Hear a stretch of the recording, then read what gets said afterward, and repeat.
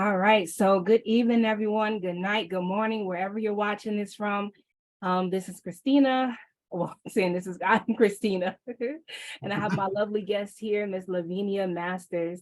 This is Redemption and Hi. Recovery. So, hey, this is Redemption and Recovery, where suppressed wounds begin to heal. The purpose of Redemption and Recovery is to share the redemptive power of Christ.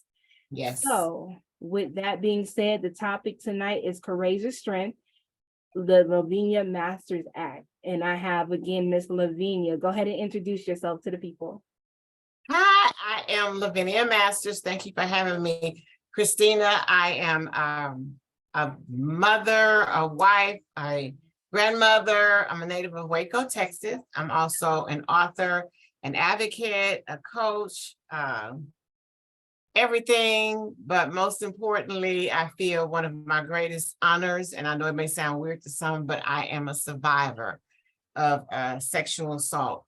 And that's an amazing thing for me to say, because after all the trauma that I've been through and the healing processes of getting here, that is definitely an honor to say that I am a survivor that is thriving and have overcome. Praise God. Thank you for that. That's So, me. Miss Lavinia, tell us about your childhood. What was childhood like for you? Or where are you from? Where are you from? I'm from Waco, Texas. Waco, Woo, woo, we ain't coming out. Little country girl. Little country girl, that's who I am. Raised in the city. Stayed in Waco till I was about 5. I don't remember much about Waco, honestly, except for going back for our family reunions or what have you. And basically it was just growing up. I remember start having the visions of the childhood sexual abuse that I went through. And I don't know what age that stopped, but it had to have stopped when my grandmother passed. She passed when I was 9, because I remember after her death is when I started remembering things before that. But but other than that, my childhood, in my mind, I was, how would you say it? I pretended a lot. When things weren't well or didn't seem good for me, I pretended like I was well. I pretended like everything was okay. I was that little kid. I had my imaginary friends that I talked to because of the trauma that I had already dealt with as a child. And so I kind of like stayed to myself. I was a little oddball. I had picked up weird habits. And I remember my mom would always tell people, leave her alone. You know how that girl is, because they didn't understand me. But I was processing trauma that I had been through and still trying to live my life as a young girl growing up with siblings and family members, and just trying to, navigate as a child could, as much as a child could, without any kind of assistance or help, therapy, or any knowledge of your mom knowing what's going on. So it was different. And then when I was raped at 13, it took a entirely different turn altogether. So, but what I've also learned in growing up is that as I got older, and as I began to do my healing process, is that I didn't remember a lot about my childhood because I focused so much on the negativity or the bad things that happened. So, and I noticed that I would always make it seem like I had such a bad childhood. And I did have some bad things that happened to me. But overall, I still believe that I had an excellent childhood because I had a mother that loved me, siblings that surrounded me, other family members that embraced me. And so when you think about the memories that you shared with them and the things that you had, and now that most of them are gone, and how you really miss them and how those parts of your life are no longer with you, you realize how much of a good childhood that you really had. But that's what the enemy does. He deceives us. And so we focus on the bad things and the negative that happened. And we'd be like, oh my God, I had the worst childhood. I had the worst upbringing. Everybody neglected me. Everything bad always happened to me. And you begin to believe those lies, because that's what I had begun to do, believe that I had the worst childhood. But as I grew, not only in my age, but in my faith and my understanding and seeing things in a different perspective at a different realm, I realized that my childhood was not that bad. And so I'm grateful.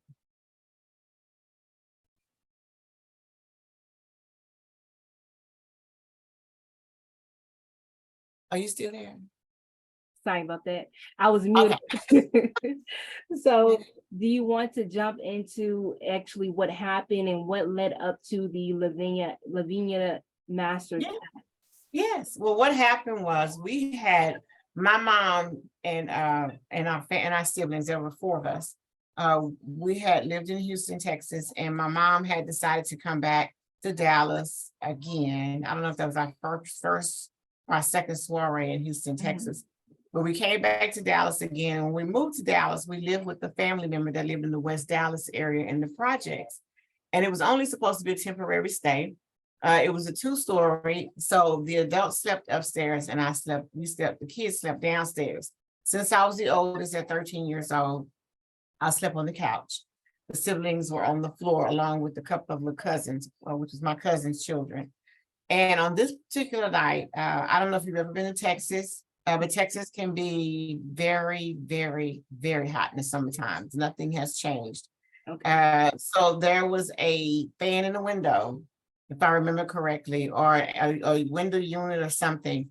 But anyway, that's the window that this person broke into and came into the home and violently raped me.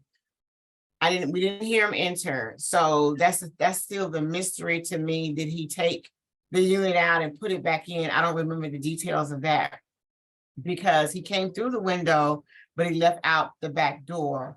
I was sleeping on the couch. You know, back in the day, when you knew it was time to go to bed when the fuzz came on the TV. Right. Things are different now. My grandson, he used to watch TV all night. I think they started all of that when my son was actually small, because I remember him, he's like, mom, cartoons is on all night long. And I was like, boy, go to bed. But back then, we didn't have that privilege. When that fuzz came on, that meant go to bed. Right. And I think the time back then was midnight. And so that's what I remember. The TV was getting ready to go off. And I remember the last show that I watched was the David Letterman show, because we didn't have any options either back then to watch. And it was like a come over the living room area, and that TV, that fuzz was the only lighting that we had because it was very dark there. And as I was sleeping on the couch, I remember being woken up by pressure to my throat and somebody pulling my legs apart. And I realized the pressure was something sharp, which was a knife. And when I got up to gas and get my breath, oh my God, oh wow, I'm sorry. I just had like an epiphany. Okay, Lord, maybe God is doing something here. Yes. It's amazing. I actually go for a testing, and I hate to get off like this, but my mind, I'm sorry. I'm going for a testing in a couple of weeks. I have always had like swallowing problems or issues with my throat. And I don't know why until now I'm talking about the pressure, and there was a scar then, but the scar is gone now. Why, if that could have anything to do with my swallowing and my issues with my throat. I'm sorry, y'all don't understand. When things are spiritual, you just go there for a second.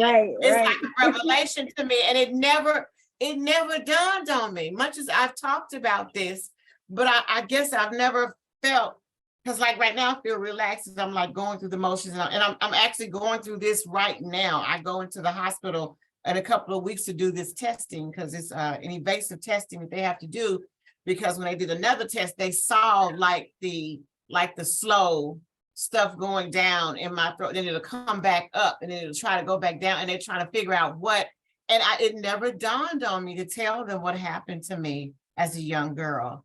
Thank you, Jesus. All right. Now, I'm already excited. Look, this was for me tonight, y'all. You receive relief. Because this was for me tonight. God, yes, ma'am. Who knows, because I know you've probably heard that as well about how the body keeps score. Yes. So that could possibly be, just from that, even though that was age 13 many, many years ago. And it's like, okay, revelation. All right, now I get it. Now I understand. And now it's going to release. Are you talking about like an EGD test or something when they go? No, it's I can't pronounce some word like that. Okay, something. But go ahead. But yeah, I did the EGD. I did all of that before, but this goes like beyond that. Okay. And so what they realized when they saw it on radiation, when they did the radiation, that test, they even noticed the particles of radiation was having a hard time going down. And they were like, what is causing that blockage? It's like a phenom to them. They don't understand it. And as I'm talking here tonight, it's like I see it. And I'm like, this has to be it. Because I've had these issues for a long time. I remember my mom was taking me to the doctor, but I never, and I'm telling you, God is amazing. And like you said, release. He is amazing. And I never thought that this could be related to that. And I even made a post the other day about, I want you to see me. I probably did the post today, but how trauma, it also not just your emotional, your mental, your psychological, but it affects your body. Your body. Your body deals with that trauma. Oh my God. I love it. But anyway, so going back to what happened. So I woke up, with that pressure to my throat. And on top of me, he raped me, and he never took the knife away from my throat. It was like one false move and he would have, I could have been gone. And I don't know how long it took for the assault to cure. It seems like forever. It could have been 20 minutes. It could have been hours. I don't know. But I just laid there and I cried. But I remember we had an entire conversation after a while because he asked me how old I was. Mm-hmm. And now that I'm older, I believe he asked me that because he realized I had never been touched when he penetrated me. So I said 12 because I'm thinking that if he thought I was a child, that he would stop, because you know how it is when you turn 13, you're like, oh, I'm a teenager now. And so I said, if I say 12, he'll stop. All he said was, damn, excuse my language. Mm-hmm. And he kept on doing what he wanted to do. I remember, I was like, who are you? And he kept telling me to shut up. And I told him to scream. And I remember saying that my dad was upstairs, which was my mom's husband, my stepdad. And I said he had a big gun. He's coming down for work. When he come down, he's going to shoot you. And he said, oh, yeah, if he does. He said, I got this 45. I didn't know what a 45 was, but I assumed when he said he would shoot back that it was a gun. Right. And we had like this dialogue. He kept telling me to shut up. And I remember my grandmother, what she told me, and I took it in the literal sense. She said, if you ever because we had that kind of grandma, when I tell you, get us up at 5 o'clock in the morning, Bible scriptures, praying, the sun wasn't even up. I don't care if it was summertime, you have to go to school, you tired, but you had to get up with mama in the morning time. Right. And that's the kind of grandmother we had, and she taught us about the Lord. And I remember she would always say, if you ever get in any kind of trouble, you call on the name of Jesus. And I was like, okay. Never did I ever, how the young folks say, thought that at 13, I would hear my grandmother's voice and use the wisdom that she gave me.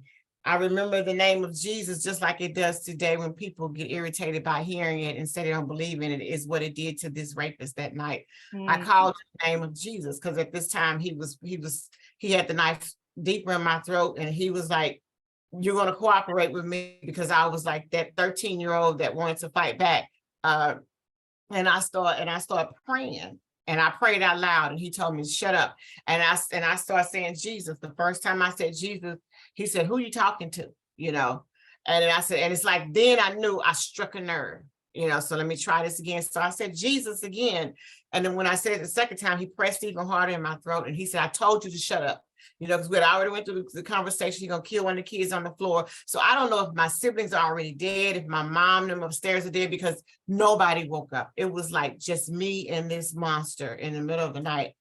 The third time I said Jesus, because I made my mind up. I said, look, you know what? This is it. I don't know if anybody's alive. Maybe this is how I'm supposed to go, but I'm going to take my chance and call on the name of the Lord again. The third time I said Jesus, it irritated the mess out of him. He stopped.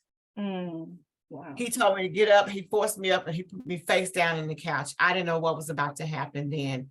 And I was face down in the couch, and I thought, is he going to stab me in the back? He can't look at me to kill me. I'm trying to look at my siblings on the floor. It's so dark, I can't see what's going on. And during the time that he was raping me, he told me to keep my eyes closed. And so I had my eyes like this here as a peak, you know, even though it was dark, but they were filled with so many tears. But I was trying to get a formation of who he was, or if I recognized or seen him.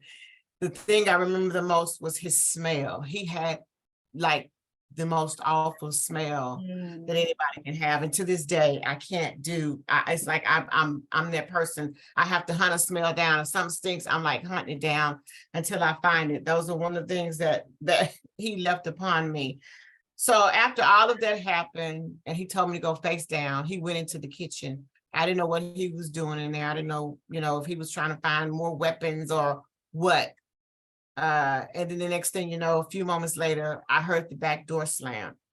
I still didn't get up because I didn't know if it was a trick, if he was waiting on me to get up off, you know, off the couch, or he's going to shoot. I didn't know what was about to happen. So finally, that calm that I had before I went to sleep that night came back over me.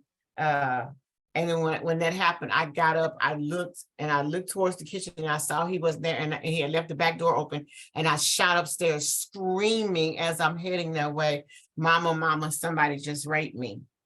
When my mom, it's like she heard my voice, and she was coming out of the room, meet me halfway down the steps. And I remember her embracing me and screaming bloody murder herself, and just torment. We had to go next door to the neighbors to use the phone because my cousin didn't have a phone. And when the police finally came out, it was in Dallas, they sent 2 Caucasian officers out there. I call this my second victimization, because these two officers, when they saw me, now I'm sitting here because my mom told me I couldn't take a bath. So I got this monster's drippings on me, blood, a scar on me, my gown is tore. I couldn't do anything. I had to wait like this. 13 years old. Family looking at me like, oh my God. I'm out of it. I'm ballistic. Right.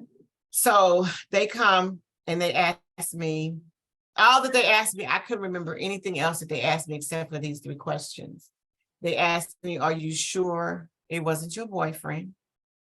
Are you sure you didn't let him in the window? And are you sure you're not having sex and you don't want your mama to know? I didn't know how to respond to that at 13. But what I did know is that it didn't make me feel good at all. It made me feel like I had did something wrong. Right. And it was that instant that I lost all faith in law enforcement. It was in that moment. Because I thought, how could you look at me in the shape I'm in, physically, and obviously you can tell emotionally and psychologically, and ask me those questions? My mom looked stunned. I don't know why. And I got mad at her at first as I got older, because I'm like, you didn't defend me. But I think she was just as stunned. I think she was just as hurt, but the stigma, you know, of Black girls or Black women facing white cops coming to the rescue in the projects, you know, you think about a lot of stuff as you get older and you see how life unfolds before you. So you learn that it was what it was.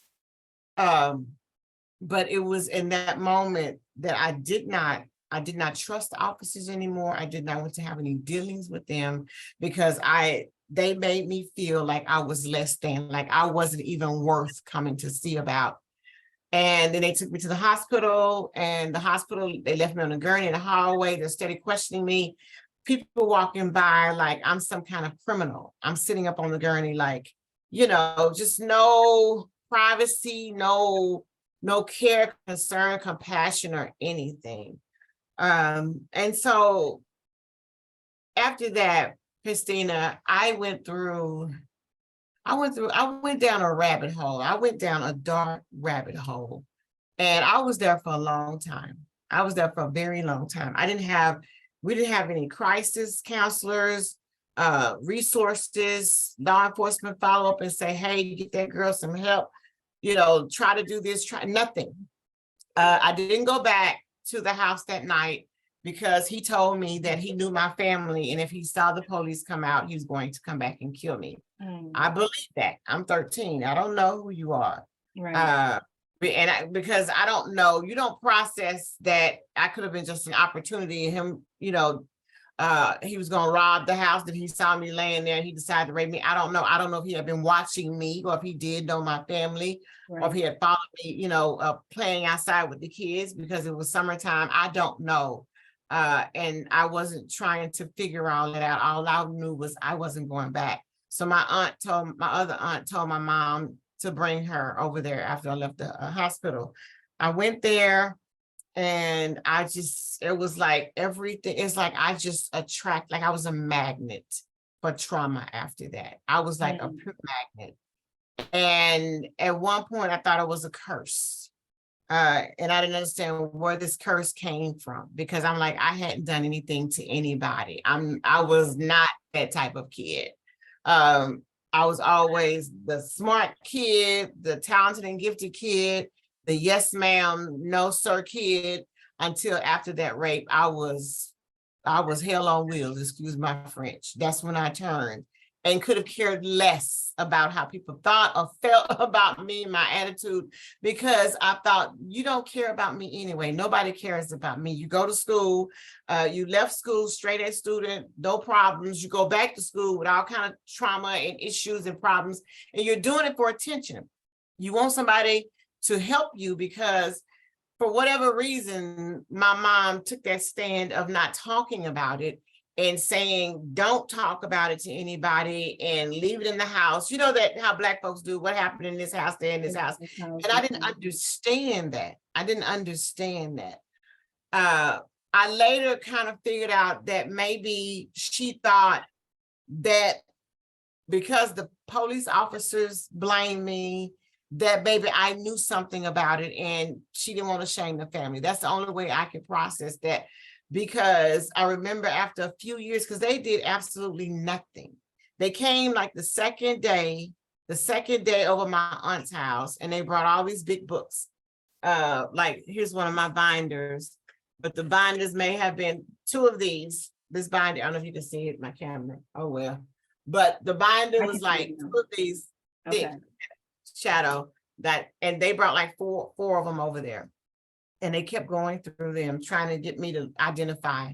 What I realized was after like the third binder, I told them, because they kept pointing out the guys that they wanted.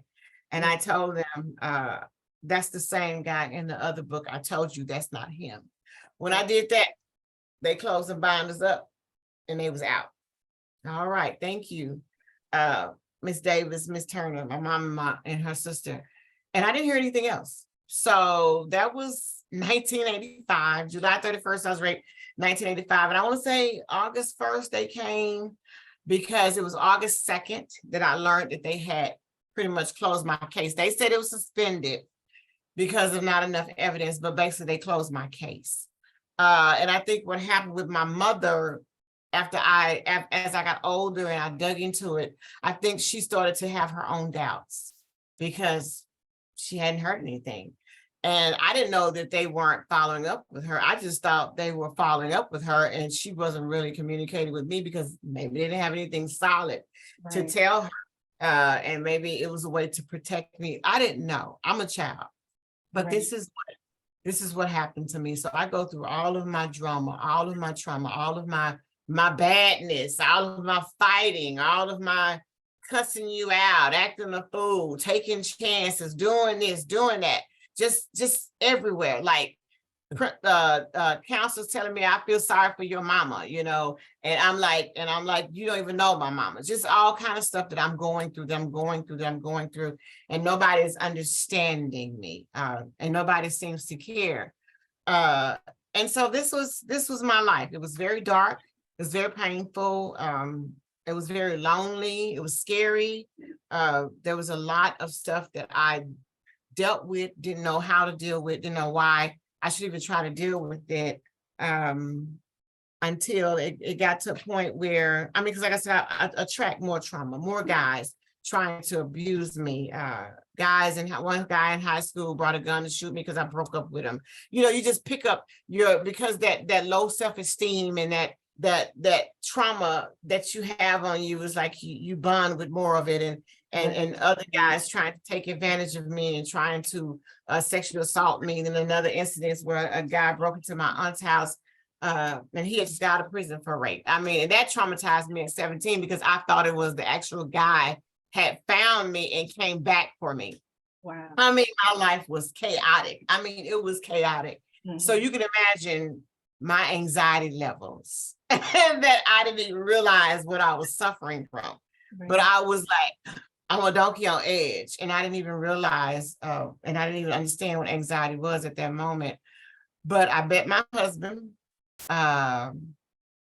when I was 17, turning 18, it was like my 18th birthday, I met him. Some friends had took me bowling because I'd never been bowling. And I didn't know this guy was going to be my husband. All I know is he was a ride home because our ride out there had ended up stranding us. And I'm from, when you raised like I was, like you from the hood, you only know the hood. Right. They took us bowling out in the nice, rich neighborhood. So I didn't know where I was. At first, I thought they were trying to kidnap us. But if it wasn't for my cousin being in the car and friends, I would have thought, and a couple of the friends were guys, I felt a little bit more safe. But at first I was like, oh, where they taking us? This is a long way. I'm telling my cousin, Nico, where we going? And I was like, just chill out. We're going out to North Dallas. We're going out to North Dallas. And I'm like, what is North Dallas at? Because but I tell you, I was hood girl. But we got there, and my husband, his brother worked there. And we were having fun. We went upstairs to the club, and I said, I'm not 21. His brother was the bouncer up there as well. He's like, oh, don't worry, we'll get you in. And so the other guy, it was another story behind that. And she told him he had to come home. His baby mama had followed him out there. So he left us, and my husband's brother, he said, oh, I got this nice brother that'll take you home. And I'm like, I don't ride in the car with strangers. And my cousin was like, you got us, we gonna all ride. We all need to ride home. So we all rode home with him. And I had been drinking that night. And my cousin were like living with my mom at the time. And my cousin told my now husband, she said, we can't take her home drunk like this. Ain't Hope gonna kick all us out because we didn't have anywhere to stay. We were both unemployed. So what happened was, and it's amazing now that I look at the story, how it unfolded. My cousin took me, because I didn't go back to West Dallas ever. Was not in my repertoire. I would go ride all the way around Dallas. I didn't go to West Dallas. Wow. My cousin took us out. She said, I know somewhere we can go until my cousin sobers up. Mm-hmm. She took us to West Dallas. And I didn't realize where she was taking us because I don't know directions like that. And I didn't drive. So my husband now, he was driving and she was giving him directions. And I realized because she took us to a juke joint. And the juke joint was right across the street from the projects that I was raped in. And I was livid. I was like, what is this? But the thing about it was, from that experience, and my husband and I rode off, we left my cousin there. I shared with my husband then, which I had never shared with anybody, because he was trying to figure out, he knew something was wrong. And he said, what's really happening? And I told him, I said, I was raped when I was 13. And I was raped in those projects over there. And I can't believe, and I was like, I was everywhere, emotions everywhere. And my husband, without even a second notice, it's like he didn't touch me, but it's like he embraced me spiritually. And he assured me that he was there for me. He made me feel comfortable. He made me feel safe. He was like, I got you. I'll never let that happen to you again. I looked at him like, I don't even know you. You don't even know. I didn't even remember his name. I'm just in the car with him. But it was funny how it all panned out. And before you know it, I think it was a year later. Well, we ended up moving in first, like a few months later. And then like a year later, we're married. And it was like everything just happened fast, like boom, boom, boom, boom, boom. Mm-hmm. Because when we moved in together, and because how we both were raised, it was so funny. He had talked about marriage, but I wasn't ready for marriage. You know what I'm saying? Mm-hmm. But God was dealing with him in his life.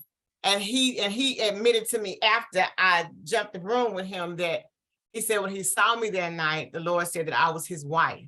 And that's what tripped me out. And so it was like, he was already like hooked to me. And so when I moved in, because my mom, you know how it is when you get grown and you ain't working, your mama started tripping, and because you're running my ad, you're doing this, you're doing that, you're doing that. And I'm like, you know what? I'm out of here. And so, because he was like, I was always over there anyway on the weekends, visiting with him. And he was like, just come live with me. But as we lived together a few months, we both started feeling convicted. Because I'm like, you know, I don't want to die and go to hell. You know how it was back then. We had that conviction. Right. Like, oh Lord, am I woke this morning, Jesus? Did I make it? And so the conviction led to us moving things up a little faster. So it was like, it wasn't even a year, and we were married, a little bit over a year, and we were married, and it's 33 years later, we're still here. But getting married in trauma was not a good idea. It was not a good idea because I had a lot of unresolved issues that I didn't realize that I had, and that they would surface in a relationship. They would surface when you're trying to be intimate with your partner. They would surface in your trust factor. They would surface in so much more. And my husband was the one that told me, and because this was like the first 5 years, he said 10. If he see this, I'm gonna let you have that, Ricky Lee. But I say the first 5, but it was the first 5 years for me. It was just hell. I'm not gonna lie. And I take my responsibility. I take my accountability, because I was starting a lot of it. And he told me, he said, you need to go back to your first love. I'm like, who is that? You know, my first knucklehead that I used to be with, I told you about, no, that was not love. And he's like, no, he was like, God, you need to turn back to God. And nobody ever said that to me. Nobody ever made the obvious. You know what I'm saying? It's like, really? And so that's exactly what I did. I turned back to my faith in God and believed in him. And I remember saying to myself, okay, Lord, you make a blind man see, you can make the lame walk, you can make the dumb talk, you can make the deaf hear. But how do you make the crazy normal? And that's what I said, because I felt like I was crazy. How do you do that? How do you do that? And he's done it before. It's like sanity is like casting out demons, because that's what I was filled with, demons. All kind of spirits had entered into me. All kind of traumatic spirits, you know, and they would form into like manipulation and lying and deception and Jezebel spirit, and all kind of spirits. Mm-hmm. And it was just a ball of mess is what I was. And so once I realized that I can trust God, listen how I say that I can trust God to heal me, I surrendered. I totally surrendered. I had to surrender. I had to say, okay, move me out the way. Show me what I need to do, how I need to take this journey. One of the things the Holy Spirit led me to do was to start journaling. Now, everybody does that now. Even therapists recommend. I had nobody to tell me that. Right. It was like, write your emotions out. Write your feelings out. Yes. Write. Just write. And that's what I began to do. I began to journal. And part of, and I was used to writing because, like I said, growing up in church, we always had to write speeches for something. And so I was used to writing, you know what I'm saying? So It's like, I would just journal. And then all these books I got, I was showing you, that was one of them. They're all everywhere, because a lot of these are from when I first started journaling, when I got married. And sometimes I even pull them out and read them now, because I realize how I went from that anger. It's like a process I went through. It's like, wow, it's amazing. I began to pray and talk to God and just really meditate. And it was really a journey for me. It was really a journey for me, and learning how to trust in something that I had almost lost all hope in, because I was angry. I didn't realize how angry I had gotten at God, because I had felt he had forsaken me. He had left me. He had abandoned me.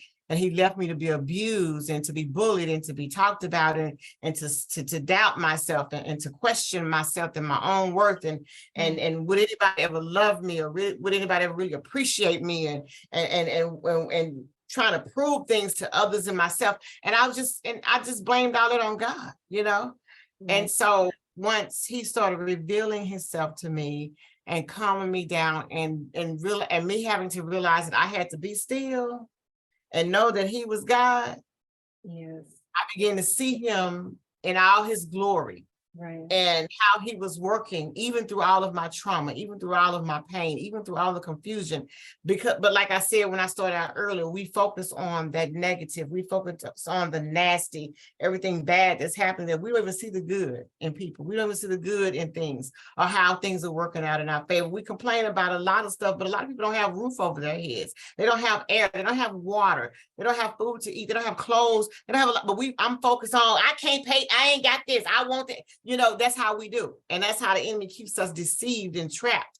And we keep ourselves in bondage because of that.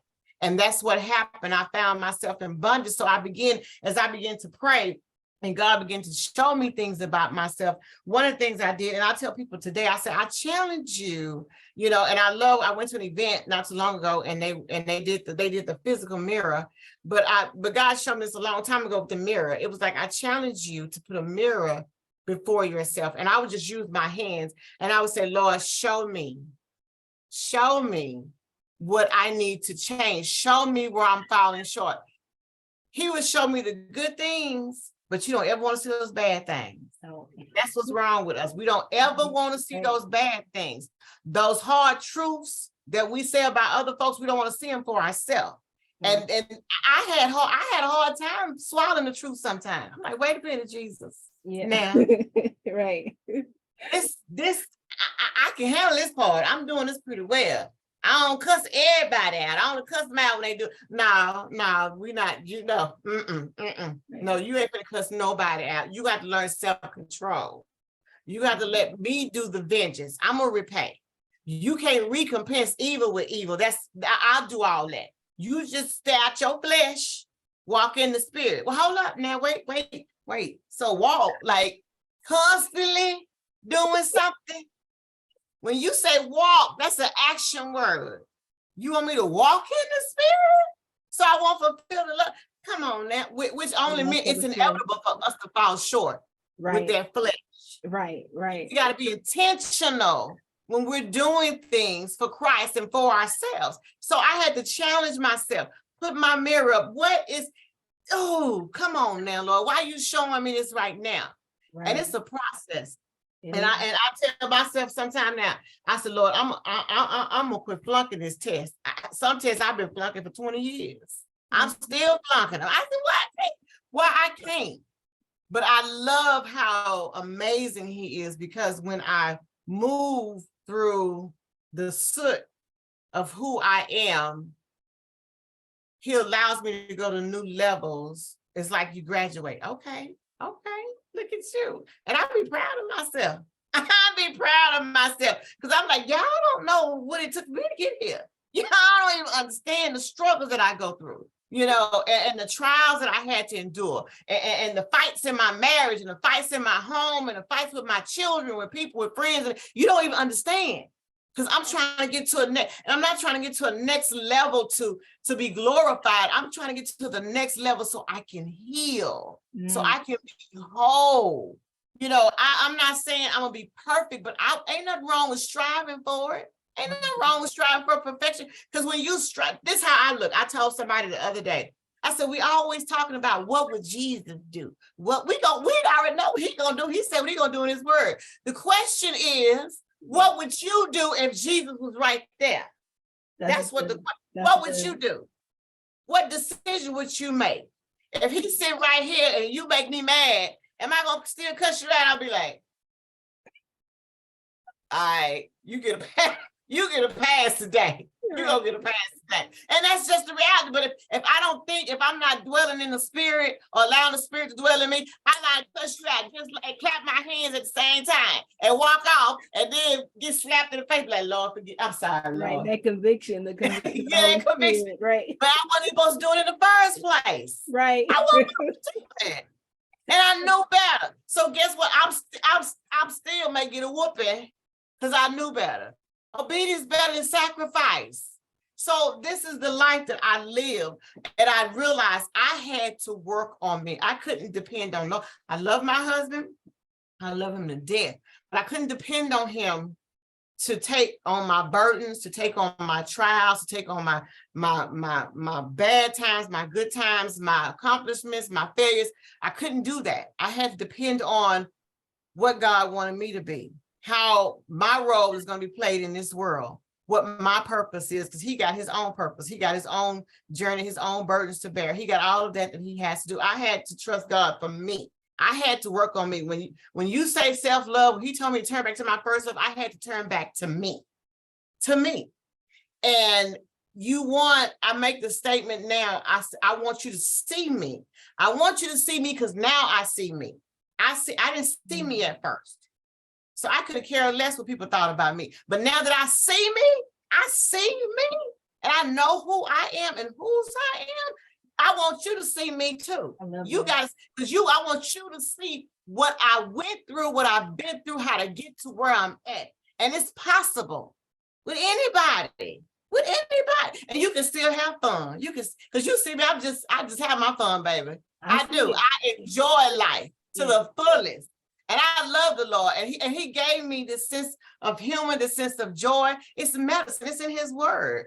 I don't think we meant to walk around all the time with our Bibles and no, miss me with that. I ain't finna do that all day long. I study my word, I pray, I meditate, I do what I gotta do, then I have fun. Now I ain't out drinking and popping coochies and all that like I used to. I do things differently now, but I still have fun. And that's just the reality of it. That's just, so I don't ask what would Jesus do. I ask what would I do? What would I do if I knew Jesus was right? What would you do? What would you really do? It's like a child when the parent not around. You know how it is, and the mom be like, my baby will never do that. Turn your back, you want to.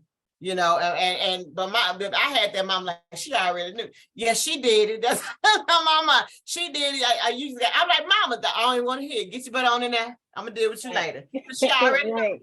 But some of us, we just act like.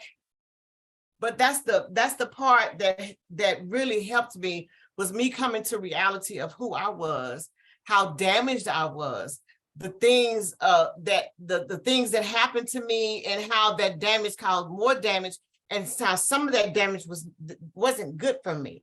The after effects of it was not a good thing. I didn't reflect the positive attitude. I didn't reflect the person with character. I didn't reflect the person with morals and that was not right. And I couldn't use that cripple of saying, but I'm a victim. Come out of that. If you want healing, if you want to be redeemed, if you want to go through recovery, you got to come out of that mindset. Yeah. You got to go on and pack that up. Matter of fact, burn it up. Burn it up. Yes. Get rid of it. Mm-hmm. And be the new person that you're designed to be. Be genuine about it. Don't be conformed to the world and or sway with everything that's said and everything that's done. And I say all that because I like to talk, and I know I said a lot, but I say all of that because I get a lot of people that ask me about how did I get a law named after me. For one, I live in Texas. I ain't got to say nothing else. I live in Texas. And two, I'm a Black woman. You can see that. I'm a Black woman, and I'm Texas history, and I'm American history. The first surviving Black woman. Now, I want to know how many of the Black folks in Texas. I ain't looked that part up. I may be the first Black person in Texas to have a law named after them, but the first surviving Black woman in the U.S. to have a law named after them. Usually, you got to be dead to have something named after you. So it's like how God took it. Everything that was meant for evil, everything that was meant to destroy me, he used it for his good. Mm-hmm. Because I made a conscious decision. After all that I've been through, I could have stayed in the rut that I was in. I could have had the same mindset that I had. I could have still been a villain. But I decided I was going to seek ye first the kingdom of God and all his righteousness. And I'm going to trust everything else going to be added unto me. And I believe that's exactly what he did because of my faith, how I decided to turn everything around, how I decided to move and walk in it. And no matter what people said, no matter how they ridicule me, no matter still how they try to do it today, some people be like, girl, you was this. I know I was. I don't have no problem with that. You can't shame me. Right. You act like you ain't got no skeletons in your closet. And I be knowing a lot of them scared. Sometimes they come over and knock on my door, say, girl, I'm like, going back to where you belong. I ain't got time for that right now. It don't bother me. You're not gonna throw my past in my, because I'm gonna tell everybody first for somebody else find out. That's how I am. It don't bother, that's who I used to be. Right. I thank God for that. That's why I can talk about my sexual assault so joyfully, because that's what I thought I was meant to be, a victim. But God showed me otherwise, and I'm not that victim, but I remember how dark I was and how my mind was and how I felt that I could never recover, or how I felt that I would never be free. I would continue to live in bondage. And when I see me now, girl, bye. Don't play with me. Don't play with God, first of all. Right. Don't do it. Don't do it. Don't do it. And I feel good about it. And I still have my share of adversities and trauma, because life don't stop for nobody. It doesn't. Nobody. Trauma don't stop. When I lost my mama in 2014, other things we've had five miscarriages. Everything happens, and it'll keep happening to you. Life just keep going with the trauma. You can't stop living because of that. You can't give up hope because of that. But you have to be mindful. The Bible even says trials and tribulations, you have what you always. It's coming. It's going to happen. I'm not going to lay down and die because of that. I'm going to keep pushing.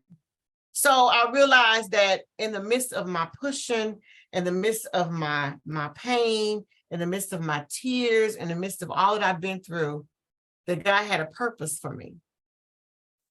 And I get a little emotional right here, because I'm telling you something.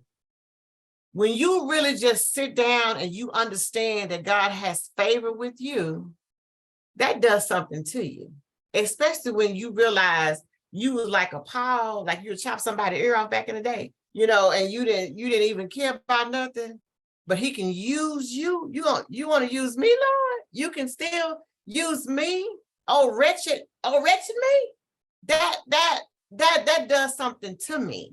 That does something to me to know that he had favor and that he trusted me enough that I would give back, that I would be honest, that I would be transparent, and that I would have a true heart and compassion for others.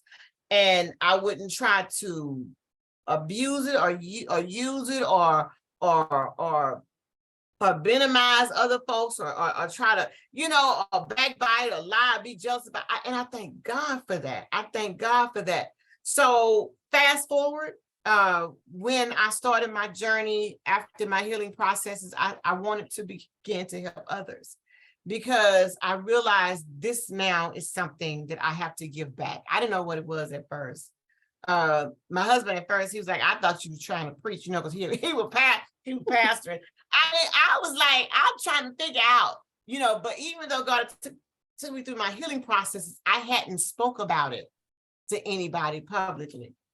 And so the first time I spoke about it publicly was when my mom was alive. It was before my case was solved. And it was during the process of when we had, no, it wasn't. It was before that happened.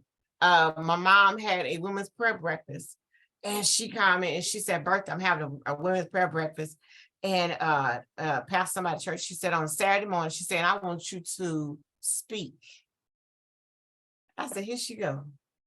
I say, speak. I'm like, I ain't no child no more. That's what I'm saying to myself. Now I'm saying, I'm going to myself now. My mama used to ask me to sing a song or write a poem, because I like poetry too. I said, what's she talking about? Speak. I said, okay, my mouth speaks. I'm like, here we go with this. So I started writing the paper, and I'll never forget, the topic was in everything, give thanks.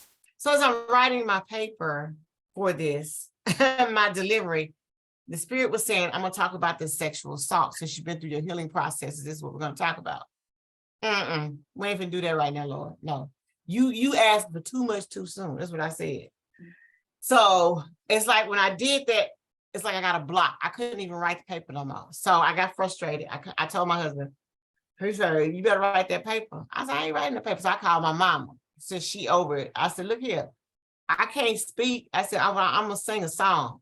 She said, you ain't gonna sing no song. You gonna write. You gonna do a speech. I said, what's wrong? What's she talking about? I want to say to myself, because I never disrespected her.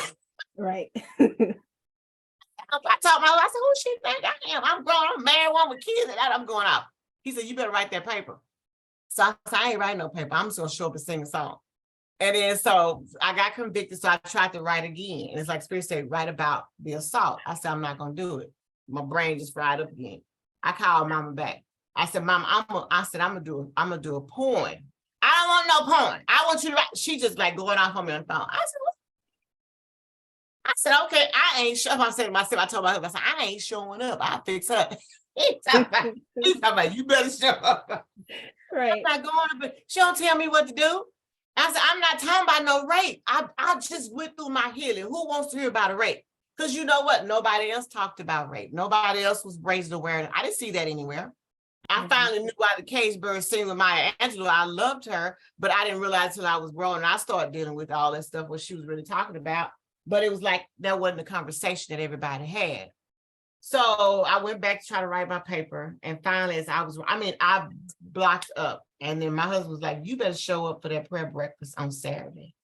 Your mama gonna have your head on a platter. So I remember crying like a baby. If I tell you, Christina, I cried. And I said, okay, Lord, I surrender. I wrote the paper. I said, okay, I'll talk about the assault. So I wrote the whole paper. I mean, just boom. I got to that church. I was a nervous wreck because I had never talked about this to anybody and disclosed the whole details of it. So as I got out, and of course, my mama had me as the first, it was 5 women. I was the first speaker. Go figure. I said, Lord, this woman, I looked at that program, I started to walk out the door. I said, I know that's not my name on top of the list. I know that's not my name. So my mom get up, she's the hostess, she introduced her and I said, okay. I get up there, I'm a nerd. My body's just shaking, just trembling. And so I prayed, I got into it. And I was just, it's like I was just free. Like God just released me. I came out paper and I just started giving more details about the assault. And it's like everything was just lifted. After I did that, my husband came with me because even though it was women's prayer breakfast, he knew I had never shared it publicly and he wanted to be there. After I did that, Christina, I sat down. I was a wreck. I was like, oh my God. My mama got up before she introduced the next lady. And she said, I know my baby. She went on talking about me and she was crying. And then she started sharing her stories. My eyes got this big.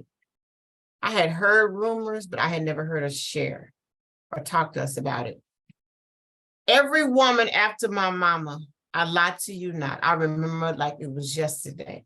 Every woman started with, because of my testimony, they shared what happened to them. I almost lost it.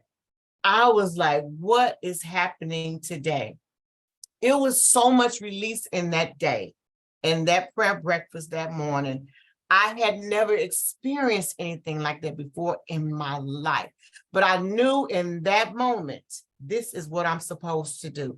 I'm supposed to open my mouth. I'm supposed to speak because there are people out there that are broken, bruised, still in bondage, afraid to speak, don't have a voice, don't know how to lift it, don't know where their power lies. And I'm going to help get them to their promised land.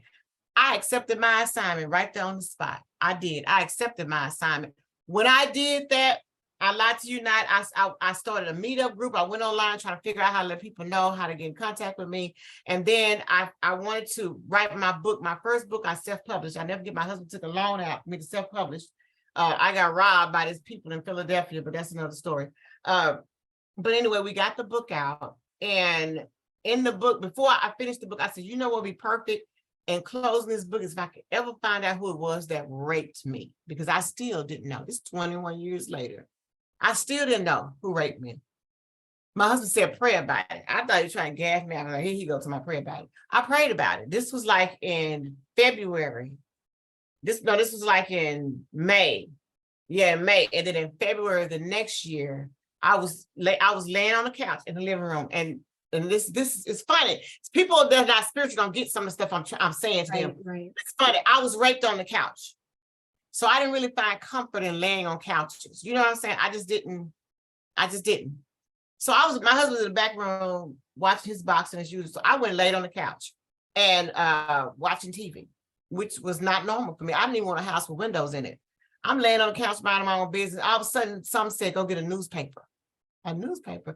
I stopped getting the newspaper years prior because I realized that I was so focused on death that I was going to die. That's one of the tricks that the enemy had, I was going to die, that I would read the newspaper every day. All I wanted to read was the obituaries and how people died and the trauma. That's all so part of my release was to stop getting the paper until I learned how to control that part of me. So I didn't get the paper, and it saved me money too, because the paper had started going up. But I told my husband, I said, I'll be right back. I'm gonna go to the gas station, get a newspaper. He said, a newspaper? Because girl, you say newspaper to me, you already know where she going. She going to dark place. And I said, yeah, I'll be back, boy. So I was literally right around the corner. I went, got the newspaper. I can't lay back down on the couch, had the paper up in my air, and I didn't go to the obituaries, but I did go to the metropolitan section to see where the crime was happening. And it was a little bitty section. It used to be big back in the day. It was a little bitty section.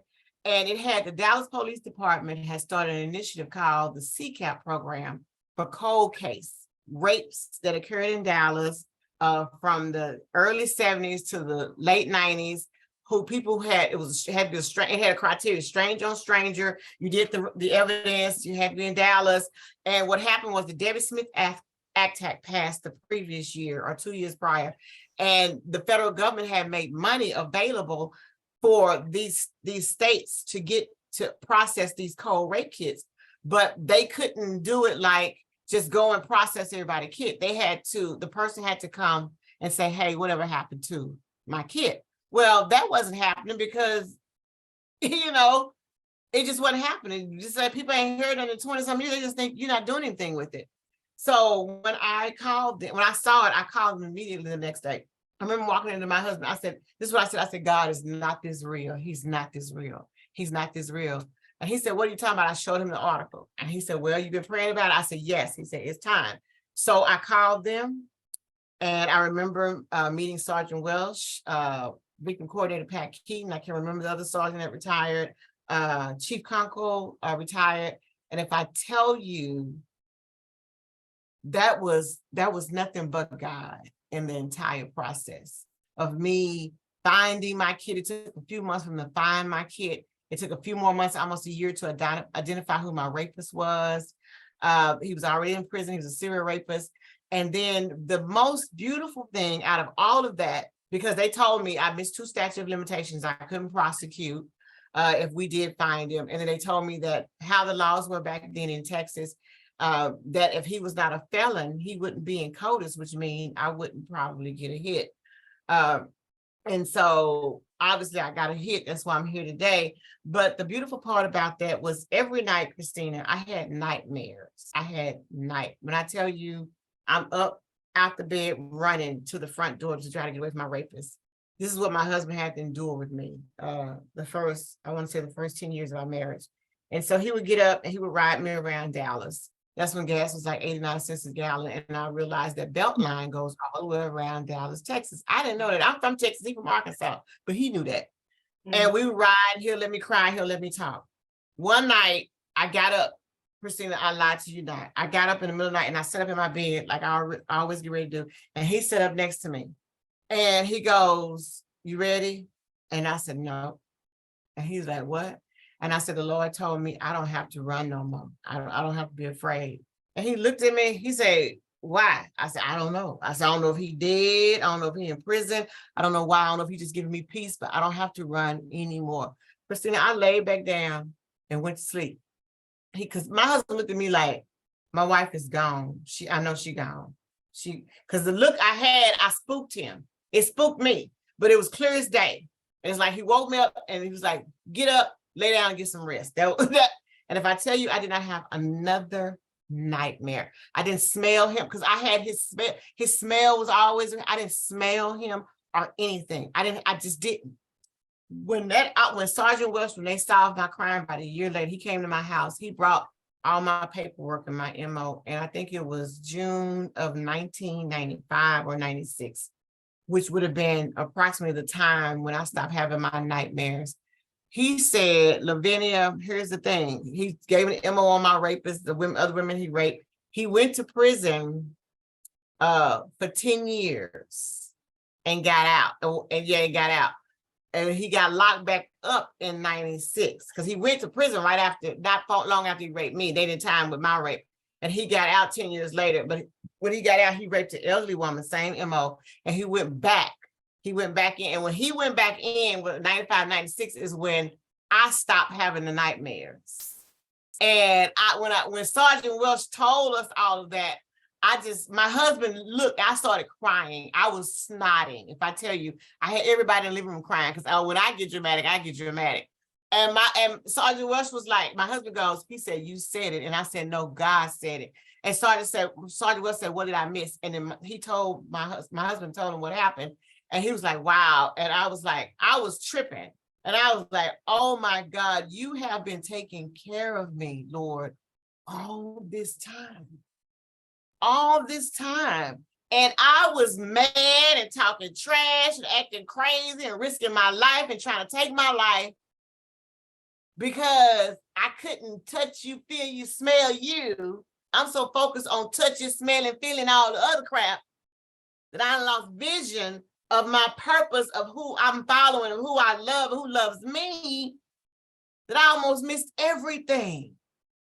And when he showed me that, and I realized that God was there with me all the time. It was, I'm telling you, my faith was building, but it was at that moment. It was in that instant. You couldn't tell me nothing else about God. You understand me? You can't, I don't care. I may be quiet sometimes, but I'm gonna believe what I'm gonna believe in. Sometimes you may say, Lavinia, we ain't gonna talk about Jesus. Don't put that mic in my hand when I get on stage because something's gonna come out. That's just the way I am. That's just the way. Because you can't tell me. You cannot tell me who kept me, who protected me, who loved me when nobody else did. When he said that to me, that was, baby, you people say, give me a sign. I never asked for a sign. I didn't want a sign, but it's like he showed me anyway. I got something for you because this is going to be a part of your testimony for those who don't believe. And when he told me that I was done. I was done. And then I was so excited. And I told Sergeant Welsh, I said, I'm on a mission. I said, God has me doing this, doing that. And I didn't know where to start. Sergeant Welsh asked me, he said, would you like to be a liaison to get other victims to come forward and have their kits open, And I said, sure. He said, let me be on a press conference. And I said, okay. And he said, have you ever been to a press conference? I'm like, yeah, but, like for work, but never like for something like this here. And so, they thought I would crack under pressure. And I'm like, I'm good. And he called me and said, 1 or 2 TV stations. He called me back. He said, oh, Lavinia, there'll be 3 or 4. Oh, Lavinia, there'll be like a few more. Oh, Lavinia. He said, oh, here, everybody wants to be there. Because they were excited about the program and that you had a victim that was willing to talk and speak up. And so at the press, it was cameras, TVs snapping everywhere. And it didn't move me. I was there to promote the program, to promote healing, to get other survivors to come out and have their cases reopened. Mine ended up being the first one stopped. And my husband told Sergeant Welsh that he said, before he left, he said, now, Lavinia, this was the bad news. He said, if he's never been, if he's not a felon, not in CODIS, he said, we may not get a hit. And I said, I was good with that. I was really good with that because when you showed me that God was with me all the time, I'm straight. I promise you I was. My husband looked at Sergeant Welsh and he said, oh, you're going to find hers. He told him just like that. Sergeant Welsh looked at my husband like, he said, why are you so sure Mr. Bass? He said, because God is in this. He told him just like that. He said, God is in this. And I'm telling you, from that moment on, how things move, I didn't worry about anything else. I wasn't anxious to know if I wouldn't get an answer. I was good. I promise you I was good. And when I got that call a few months later and they told me they had a hit, I had everybody snotting again. I mean, they snotted because they showed me a picture of him then. And I was like, they showed me a picture of him now. They showed that picture first. I was like, I don't know about DNA. And they showed me a picture of him then. It's like I walked back in time and I said, oh my God, that is him. And it was like, I was like, how did y'all find? That's him. 21 years. I'm like, that is him. That is him. And I'm crying. I'm like, oh, but you guys knew this all along. And it kind of messed with me, but it made me realize, and that's why I said DNA is a footprint from God. This is all God, baby. You can't do none of this stuff with what they doing. This is God. Mm-mm. When we went on with that, I was everywhere on TV stations, CNN. I thought it was one CNN because I don't watch news like that. and I was canceling appointments, and then finally like, Lavinia, that's CNN Atlanta. We talking about CNN. Oh, I didn't know that. So I had people coming out, people looking at me, they looking at my house like, what happened over there? Girl, I had cars coming all the time, all in and out, in and out. And I'm just sharing my story. I remember asking Ed Lavendera, because I was like, y'all didn't care this much about me when I was raped. What's really going on? Right. So I asked Ed, because I felt cool with him. He's a CNN in Dallas. I said, what? I said, tell me, because he, to me, he was like the coolest one. Why y'all so interested in me now? I'm still the same Black child that was raped in the projects that y'all didn't come see about me. Now y'all, he said, Lavinia, are you serious? I said, yeah, I'm serious. What's the deal? He said, you are like, this is what he called, excuse my friend. He said, you a bad ASS. That's what he called me. And I get that a lot still now. I said, what you mean by that? He said, you showing your face. He said, you all on TV talking trash, you throwing your hands, you putting your rapist up there, telling me I wish he would come back. He said, we love that. I said, oh, okay. He said, the media eats that up. He said, he says, like, you sure I'm not afraid? I said, but I'm not afraid. I'm not nobody's victim. And he said, that's what we like. He said, usually we have to, they only can show the hands, or they'll say, but we can't because she a victim, we can't do this. Or he said, you got to digitize their voice and blur their face. And I was like, oh, because I know they asked me, and I said, no, you show my face, you put my name up there, I don't care. Right. I said, because he come up here again, and I meant that. He come through this window now, I got something for him. And I meant that. I mean, I believe in self-preservation. That's in the Bible, right? Okay. I'm in a good space. So after all that went on, and I was just everywhere. I found out there were 20,000 kits on the shelves in Texas, and about 400,000, maybe 500,000 nationwide.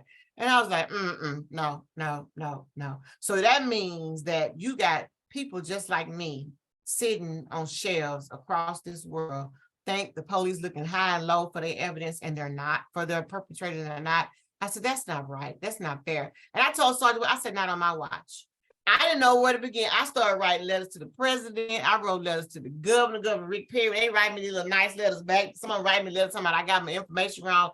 Well, somebody wrong, somebody can figure it out. I went down to legislators' doors in my area, my neighborhood. I just started making noise. I just did I didn't know where to begin, how to begin, or what.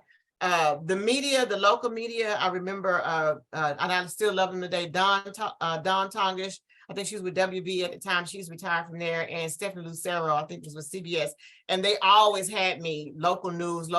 Every time I did something, they would come and put me on the news. And so finally, Wendy Davis at the time was trying to do something with the statute of limitations.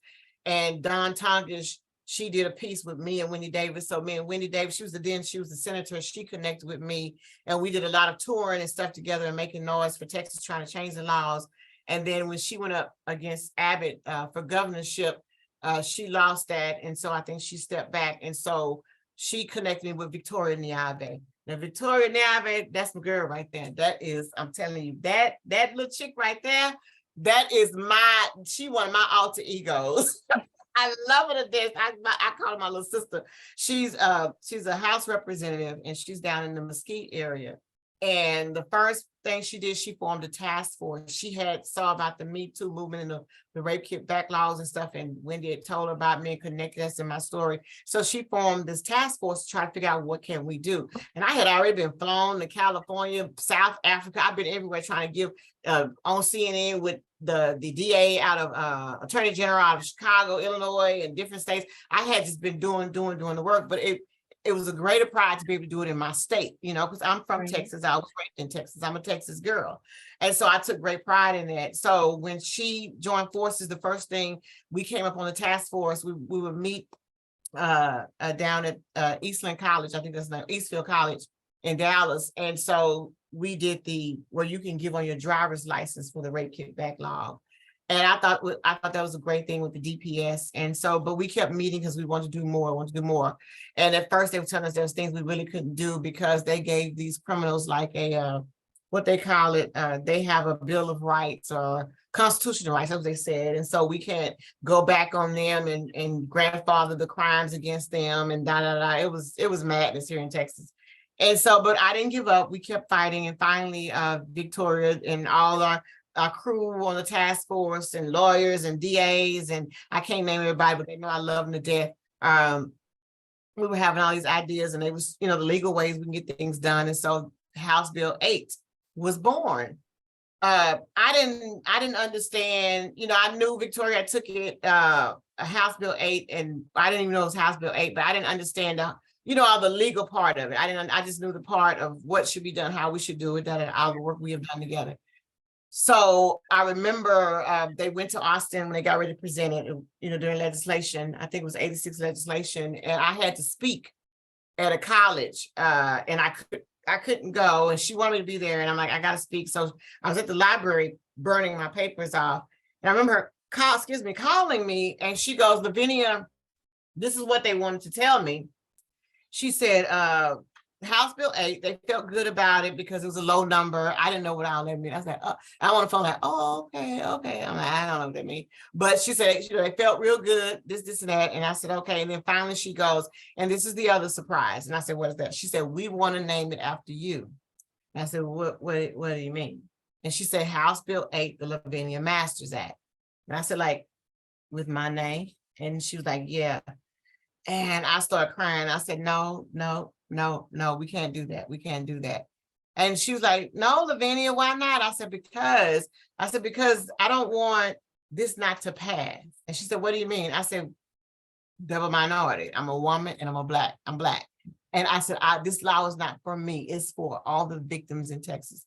I want those rape kits off these shelves. I want justice to be served. I want people to have an opportunity in their life. I got mine. I'm at peace with where I'm at, and I don't want my name to mess it up. She said, Lavinia, no. She said, you've done the work. She said, you deserve it. She said, I don't think it's going to go that way. I think this is going to pass unanimously. She said, the work you've done. She said, the respect they have for your name. She told me all this stuff. I'm like, okay. I ain't see all this, but okay, if you say so. So in the end, they went down, and I did my talk, and I saw her. I remember I was going to get my tie done, and I was watching my phone. And I saw her presenting it, and she got a good feedback from it. And so she said, she called me, and they was all excited. She's like, Lavinia, we want you to come down here and do a press conference this week in Austin. So I said, okay, I'll be there. I went, and I was well received. I spoke. Many other people joined on signing on the bill and everything. And Donna Howard and Jane Nelson and I can't Leach and so many others. That's why he called names. People think I forgot them. It's my brain. But it was so exciting to see the support. And then when it got to the House, unanimously, I sat there and cried like a baby. I mean, nobody said nay or let's think about it. I did my testimonies and stuff before that, before the committee. And then we went to the Senate. Now I knew the Senate was going to be hard. And it was so funny when I went, it's crowded, we're not in the big part, it's crowded, like in this crowded room. And so I can't remember his name, the head person, but I had dealt with him before in years past when I went to testify on laws, and he's not the most friendliest person. So when I started, I said, I'm Lavinia Masters, And he stopped me, Lavinia, that's how he did me. I said, Lord have mercy. This is what I said to myself. This man finna make me go back to the old me. That's what I said to myself. Because he was like, just shut up. And I said, yes, I can't think of his name. He said, do you want this law to pass? And I looked at him like, I think that's why I'm here. And I'm like, yes, sir. Yes, I want it to pass. He said, well, you ain't got nothing to worry about. He said, it's going to pass. He said, I said, huh? He said, so if you want to give a testimony, you can. He said, but if I was you, you ain't got nothing to worry about. So I was like, so I can leave? That's how I did. He said, if you want to, he said it's going to pass. He said it just like that. I remember leaving out there. I was so excited, and I'm out, but I didn't know I was supposed to tell nobody yet. So I went and did a live, going to the car to my garage. I'm like, it's going to pass. I didn't know how the whole process was supposed to work, but it ended up passed unanimously. I ended up going back down there, and I was so overjoyed to see that. And it wasn't because, and I've had people ask me in the beginning, how does it feel to have a law named after you? I really wasn't stuck on that at first, and now it's exciting to me, and it's like 2023. But in the beginning, what I was stuck on was seeing the handiwork of God move through the process. And it was more of a spiritual thing for me. And that was the beauty of the Lavinia Masters Act, was how God was showing his handiwork and how he was making things greater for me.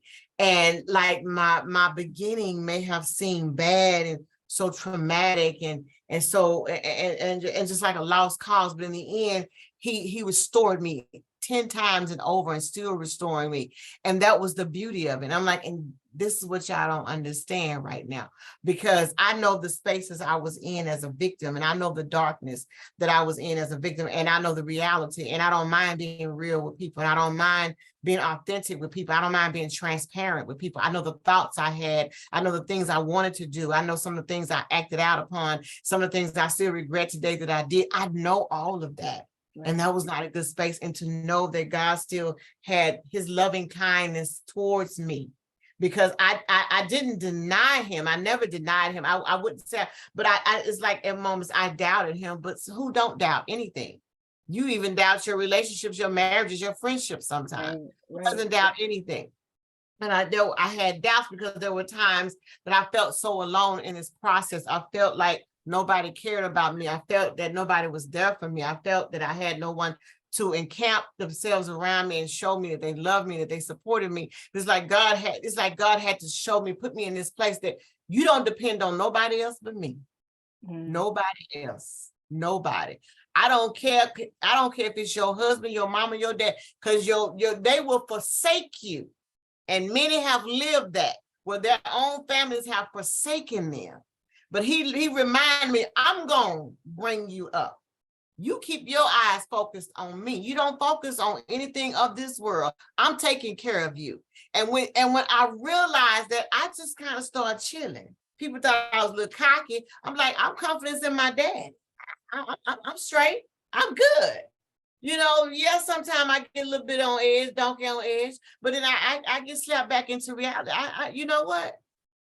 You ain't got it ain't necessarily a heaven and hell to put me in, but you ain't the food that I eat. You ain't the air that I breathe. You ain't gonna determine if I wake up tomorrow unless you try to take my life. But even still, in death, if you his, I still reign with him. And that's how I look at it. And that's my whole attitude. And it's not just a talk. It's a reality for me. And I think that's what a lot of people don't understand about me. And I believe that I hate to use the word intimidate, but I believe I intimidate a lot of people because of that. And I don't mean to, but that's just how I am. And that's who I am. And that's the life I live. And that's who I love, because loving God taught me how to love me. It taught me how to really focus on me. And that was a difficult journey, because I knew all that I used to be, all that I did, all that I was, all that I've been through, all the things I've done to myself and others, that I didn't want to love me. I didn't think I deserved that. You know, I thought I deserved to constantly be abused and people taking advantage of me and using me and basically pissing on me. That's the attitude I had, you know, and I just deal with it. I'll be okay. No, now when I say I'm gonna be okay, I'm okay. Because you ain't hurt me. Because I learned how to cut, I learned how to set boundaries, and I'm gonna pray for you. And people don't believe that. And I tell people, I say, I'm gonna tell you something. This is another trick that I've learned, and it works. I don't wish no bad ill will on nobody. You can do whatever you want. I may get mad at you. I'm gonna let you know I'm mad at you, because there's one thing I ain't gonna hold nothing back. We're gonna talk about it. You may go on about your business, but I'm not gonna hold nothing against you, because I've learned that unforgiveness, that hate, that bitterness is like a cancer, and it eats you up, and God can't move in the midst of all that. And I've learned when they say you reap what you sow, that's real. People call it karma. But honey, I'm not gonna sow no hate. I'm not gonna sow no disdain. I'm not gonna sow none of that negativity. I'm not gonna do it, because if I do, guess what? That's what I'm gonna reap. I ain't gonna do that. I'm not gonna do it. So guess what? I'm gonna be praying for you. When I say I love you, I love you. I can love you from a distance. I'm gonna do what I can. You hungry? I'm gonna feed you. I'm gonna clothe you. I'm gonna do and that's how I am. Just because you don't like somebody don't mean I ain't got to fool with them. I don't like how I won't fool her. She did you like that. Y'all the one with the problem. I ain't got no problem with her. So don't get mad at me. And if you get mad at me, okay, God bless you. And if you call me for something, I got it. I'm gonna help you out. Because that I believe in that. Right. And that's why and the things that happen bad, because you already gonna have, like I said earlier, trauma, things gonna happen anyway bad. So I'm not gonna add on to it. by just going around being a hater and trying to dig. You dig one ditch, you better dig two.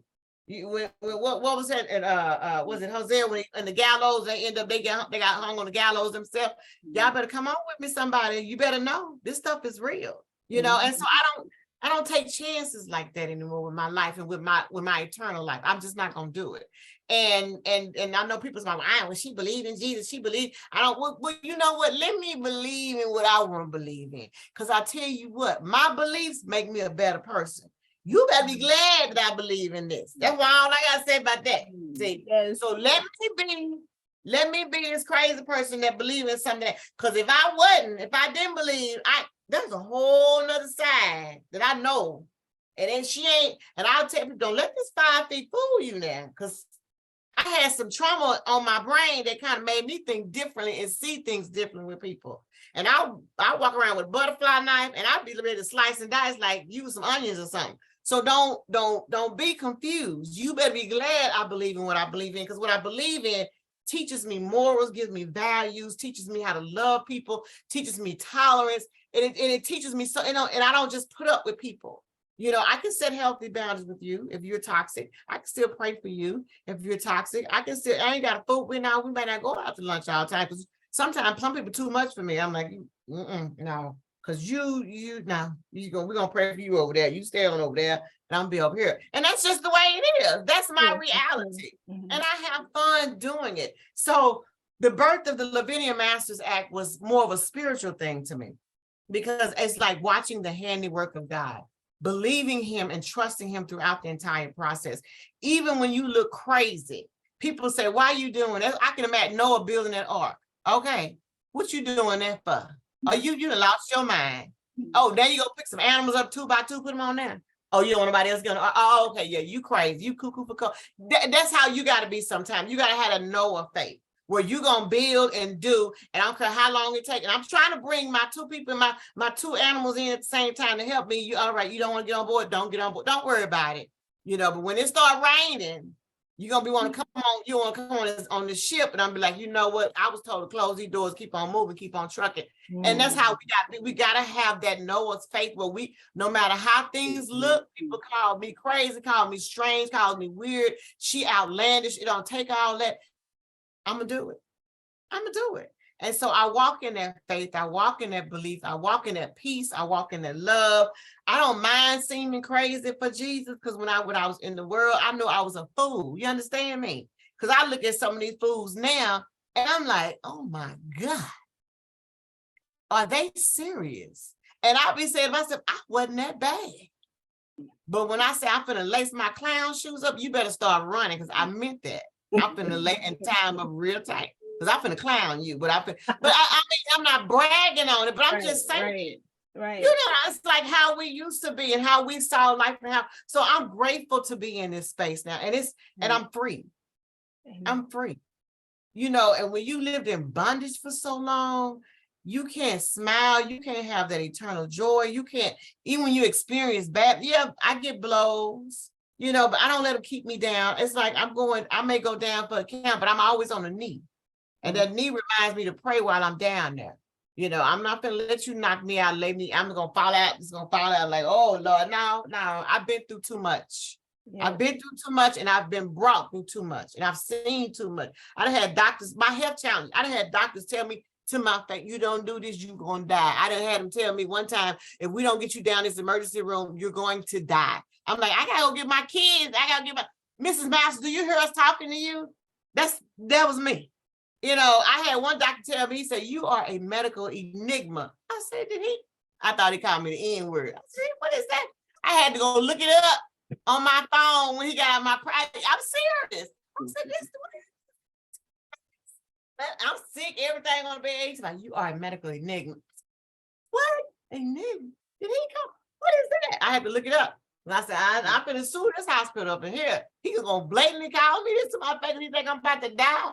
But my point of it, I know it seems funny, but my point is how God has brought, and I love that he's given me this sense of humor and this spirit of joy, because I didn't have it, Christina, for a long time. I didn't have it. I didn't know what joy was. I didn't know what peace was. I didn't know what tranquility was. I didn't know how to have a peace of mind. I didn't know how to rest easy. I didn't know how to rest at night. I didn't know how to sleep. I didn't know what it was not to war with something all the time.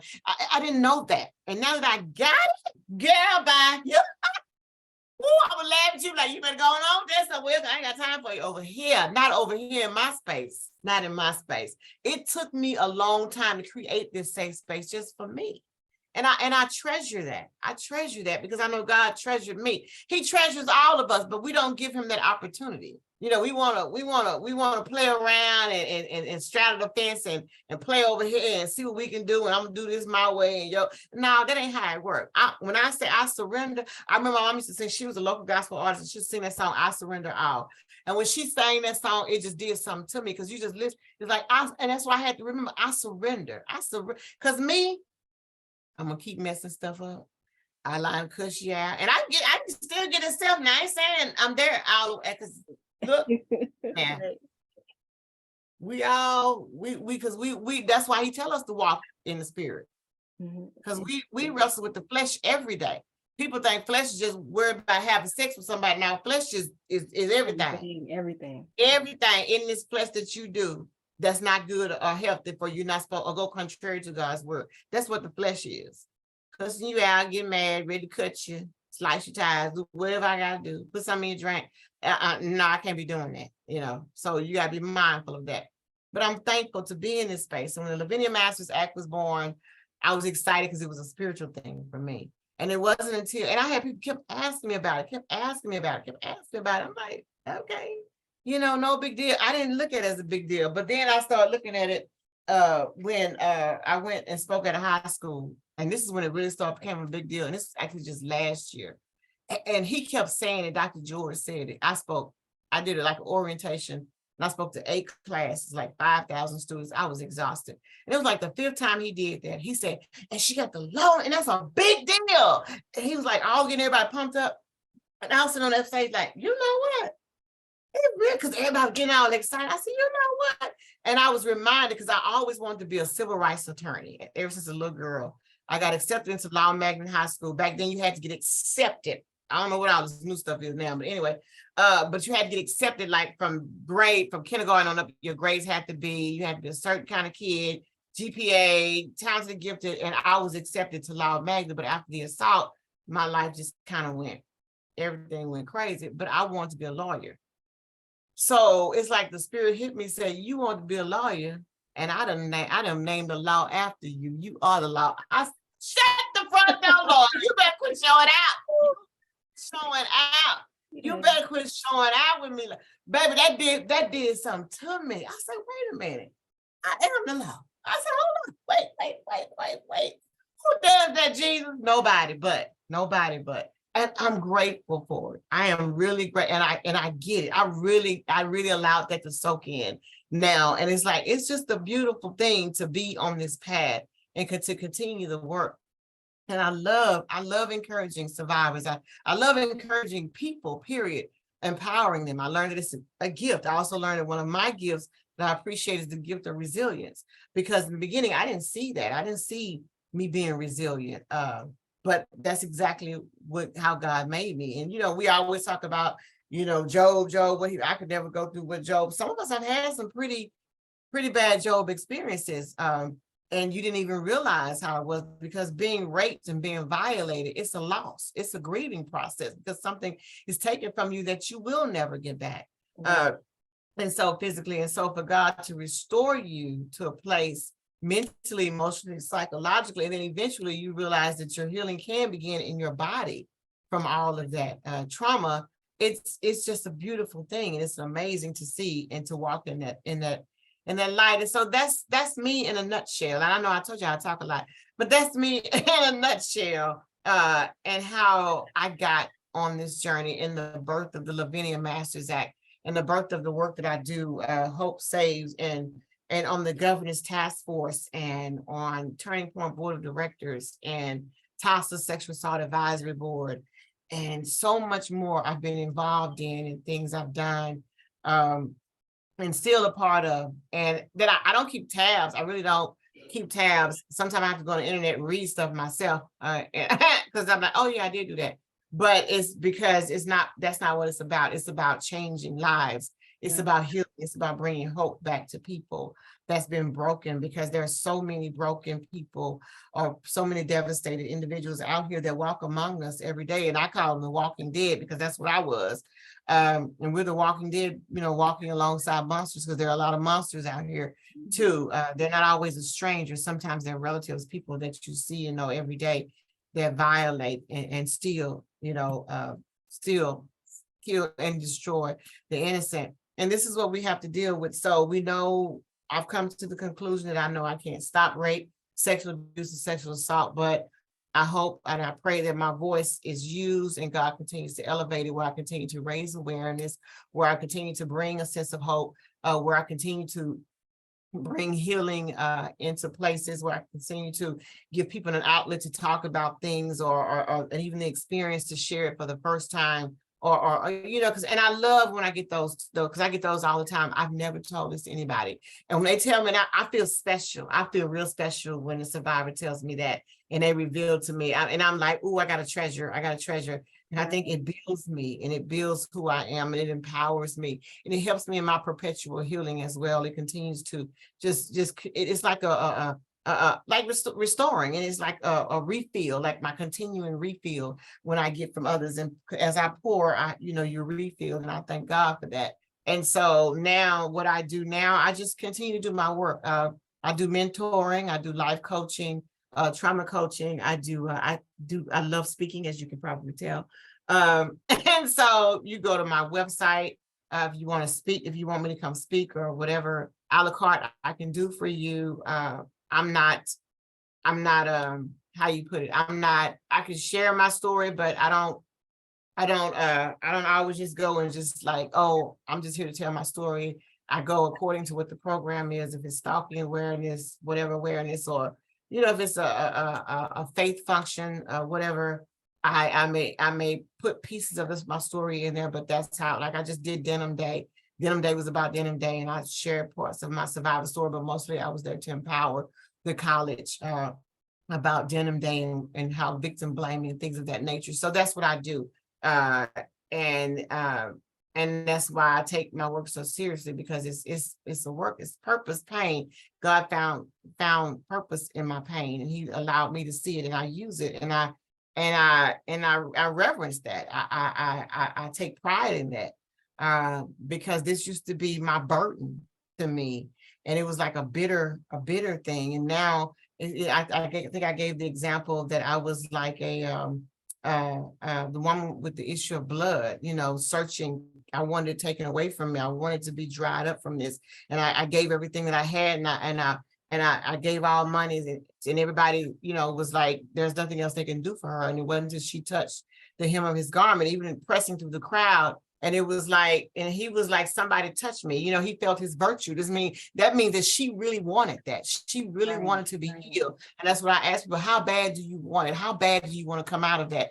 How far are you willing to go? Sometimes we think it's all about earthly possessions that we have to give and sacrifice and our physical things, but sometimes it's a spiritual thing that has to be released within you. And you have to understand that this is something spiritual. This is something I gotta get out of me. I gotta figure it out on the spiritual realm. And that's exactly what she did. And I said, and I went from her, the one with the issue of blood, knowing how bad I wanted my healing, that I was willing to reach and go and push through the crowd until I got the virtue that Christ had for me. And now I'm that woman with the alabaster box. And so I pour back my ointment, and people may talk about me and say, why she do it that way? Or why she always got to tell a story? Why she reveals so much? You don't understand why I'm not doing this for me. I'm doing this for His glory, for his rising up of His people. And what you're going to gain from me telling you my testimony, it's nothing to do with me. That's why I do what I do. That's why I pour I know my oil is precious. I know my ointment is precious. I know that because He allowed me to pour this, and I don't pour it for me. I pour it to anoint Him and bless His name, give Him glory, lift Him up to the highest. I'm not lifting nobody up. I care less about who Lavinia Masters is, and that's me. I'm not lifting me up in the process. I'm lifting Him up. And He said, if I be lifted up, He gonna draw all men unto Him. That's my purpose. That's my job. That's why I'm here. That's what I stand on. That's what I believe in. Jokes, laughing, all. This is joy. This joy I got, baby. You didn't get it. You can't take this away from me. It ain't yours. You are denied access. And that's exactly what I do, baby. Don't get me started. Don't. I know I already talked about 5 hours tonight, so don't get we'll keep on going. But I'm telling you, that's where I am. I'm that girl with that alabaster box, and it's my ornament, and I pour it, and I love pouring it, and I love healing, I love restoration, I love release. I love people to see who they are. I love them to finally be free. I love them to come out of bondage. Yeah. It's an amazing thing because I was there.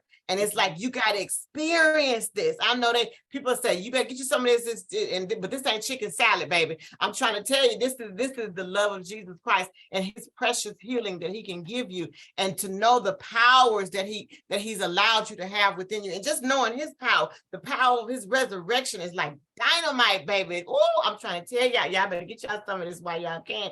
Because I will lose it. I will lose my mind talking about how good God has been to me. And it's not a cliche. It's not a talk. It's not a front. It's not anything. And I'm telling you, and yeah, I still go through trials. I still go through tribulations. I still have my moments where I'm like, leave me alone, turn the lights off, walk that way right now. But it's like I come back because I know who my Redeemer is. Yeah. And I trust that and I believe that. And I just love it all. And like I said, it's not about the law. It's not about the act. It's not about the Lavinia Masters. It's about who my Savior is. It's about giving me something that I thought could never be restored. I thought I would never smile genuinely again. I thought I could never love this person. I thought rape was tattooed across my forehead. I was meant to be abused, used, turned out, everything else, laughed at, bullied. That was what I thought my journey was going to be about. But when God showed me otherwise, you a royal priesthood, honey, I'm going to act like that queen. That's who I'm going to act like. Somebody asked me last time in my life, what makes you a queen? You know, they trying to be funny on my life. I say, because who my father is. I'm royalty. Get off my life. They got off of that too. I can say, oh Lord, she crazy. I say it just like that. Get off my life. That's why I'm a queen. That's what I'm royalty, honey. My father he makes us royal, okay? I'm of a royal priesthood. I got on a purple robe. You understand me? You don't see diamonds on my crown. That's why I'm a queen. And that's how I look at it. So you call me cocky, whatever. I really don't care, honestly, because I'm not cocky. I'm confidence in him. And to get to this space, and people who don't understand, they may not be there yet. They may not even try that journey. That's why they don't understand. She just doing too much. It don't take all it. Oh, that's you. You can be Sister Sally. Oh, bless your soul. That's you. But this me. Because I had sorrow. I had tears. I had pain. I didn't have a reason to smile. I didn't have any joy. I didn't even know what happiness was. I didn't know none of that. Now that I got it, you think I'm not going to share it? You think I'm not going to just act like it all the time and give it to? And when I'm mad, you still going to know I'm mad, but I ain't going to stay there long. You know, but I'm just saying, this is something that I haven't experienced since a little girl. And I know it seemed late, you in your 50s now, but hey, my ladder is going to be greater, right? Yes. And I'm walking in that. And I'm loving I may not have the mansion, I may not have but you know what, that don't matter to me, because when I die, oh, wait a minute. I think Prince left all his stuff. I think Michael Jackson left all his stuff. I think Whitney Houston, all her stuff here. Bernie Mac, all of them. Mm-hmm. That don't faze me. It really don't faze me. Long as I'm taken care of and provisions are made for me, my necessary needs, I'm good. I promise you. Because I know I'm blessed better than blessed. And I'm grateful for that. And that's me in a nutshell. I know it's honey. I just said the whole, and I ain't told half the stories. We'll have you again. But I want it to be a blessing to all. I don't know what time you're live, and I'm so sorry. I know people like, I gotta go to bed, girl. It's okay. I got a message. I got a text saying I had to go to bed, but they'll be able to come back on and watch it, and whoever need to watch it, the Lord would allow them to watch it. And I had a couple things really quickly. Let's see here. Okay, I'm still on track. No. So, because I wanted to kind of go back a little bit. You mentioned something about with the rape kit Yes. and the DNA. So I Yeah. have background in law enforcement. You know, I used to Okay. be a probation officer, and I work with drug court and also juvenile court. And that's one of Okay. the things. If a person, like, say for anyone that's watching, Mhm. if you are a victim of rape and you have had the rape kit performed on you, I know in Florida it's SAVE, the Sexual Assault Victims Examination. Mhm. So Mhm. if the person who raped you, if they never went to court, or was like possibly facing a felony charge, um, their DNA wouldn't be in the system per se. So Right. if you're trying to, pursue, I guess, justice or say it again, honey. Conviction. Mhm. So in order for that person to be in the system, their DNA had to be swabbed or taken when they went to court. Mhm. Mhm. Now originally they're not charged with the felony, but the possibility of receiving a felony, and Mhm. everyone gets swabbed, whether you juvenile or adult. So that's Right. what Miss Lavinia was talking about earlier, is that Right. that person's DNA was not in the system. So Right. wanted to mention that. Um, it's a lot. It's I a know, lot so you're going right. on. I'm like, I'm making them. I was trying to slow down. I said, "Oh, let me slow down." No. But I wanted to mention that. And can you please mention how can people get in touch with you and what is Save Ministries? Okay. Hope saves. Hope is Hope Save. saves is sexual assault victim empowered to speak ministry. And hope, the beauty of hope, of course, we're giving hope, but hope was my mother's middle name. And she was also a survivor of sexual violence and domestic violence.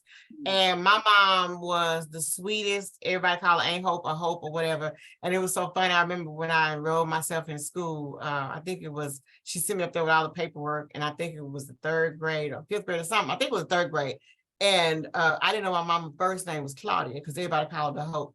And I started crying. I said, this ain't my mama's name on this paper. And so they had to call my mama at work. But she was such a beautiful person. And so I added Hope Saves onto, and it was like a pun on that sexual assault victim. And so basically what we do is we empower survivors of sexual violence through legislation, of course, because I do a lot of testimonies on laws in the state of Texas. We empower them by doing programs, retreats, different things of that nature. I do, like I said, one-on-one coaching, mentoring, and just so many, whatever avenues, whatever creative ways, rescue missions that we can do for victims of sexual violence. And this just, it basically empowering them so they can speak again after that trauma. Because a lot of times, of course, when you've been victimized, that you go into this mode of silence. It's like you feel like your voice was literally stolen away from you. And so that's what Hope Saves does. And so that's basically what I do and who I am. And you can find me on either that hopesavesministry.org or laviniamasters.com. I tried to make laviniamasters.com more easier, and try to navigate from the ministry versus just having me to speak or coach or whatever, things of that nature. But you can see I try to put plenty of information out there for you to reach me. You can contact me on either site. I just learned about Linktree, I think it's called Linktree this year, probably January or summer or December. So I also have a Linktree out there. And also on that Linktree, everything's Lavinia Masters or Masters Lavinia. And you'll see my big pie face, as they used to call me, cheesing. And so when you go on there, I also have a free download of a self love workbook on my Linktree it's called Queen Boss. It's like my shirt, what I got on here. And so laviniamasters.com or hopesavesministry.org. You can reach out to me. You can support the ministry. Either way, you can donate there for the work that we do. And I do a lot of work. I put a post up yesterday. I do a lot of my stuff. I find myself being discretionary about it because I encounter a lot of survivors, and a lot of them are not, you never force anybody to tell their stories, or if they feel like they're in danger or things of that nature. So I find myself doing a lot of rescue missions, tapping into resources that I don't have. I used to own my own business. I don't have it anymore. So my husband's like, look, you got to find you some sponsors because Right. he been paying, and he's telling me today how much he shelled out. And he's like, I'm paying all the bills by myself now, but this is what I do, and I don't mind doing it. And sometimes I have found myself calling people that I know and say, hey, can you sponsor this trip, or can you sponsor this, and praying that they just trust me to do the work, because I'm going to do the work when I do it for survivors. And there's a lot of other things that we have in the works right now. I do an annual balloon release, a free thing, free for the public. I do that every year, and I just implemented doing 2 private, well, not private, but paid events. And I think they fell out with that because I'm like, look, hey, this stuff costs money, but they was like, celebrate the release. They were like luncheons. And so I'm starting to implement those. And just so much more that we get involved in, and we do, that I do. I can't even think of them, but go to the website and you'll see yourself speak at churches, schools, colleges, charter schools, organizations, anywhere where young men or young women have been broken or can be broken. I don't just do the sexual violence. I do self-esteem, talk, self-care, all of that good stuff. We do that. And get it set up for you. And then if I can't do it, I know some amazing speakers that I'm tapped into, that I like I said, I'm not selfish with anything, because I know God has already given me a platform, and I'm not chasing anything. I'm chilling, and I'm letting everything chase me. I know that sounds cocky, but it is what it is. Because sometimes you got to take a break, because stuff needs to catch up with you that God's trying to give you, but you find yourself doing so much, you hear that everywhere, that you miss some of your blessings. So I chill out and I let them catch me and like, oh, okay, I didn't know you was looking for me, Lord. But that's how I am. But yeah, go to my website. You can see what we do, how I do, how I support. And like I think outside the box. I burn the box, as I say. I love colleges. I love high schools, because I love young folks in their minds. Because after me being a victim at a young age, it's like putting me back in school was putting me back into a hostile environment.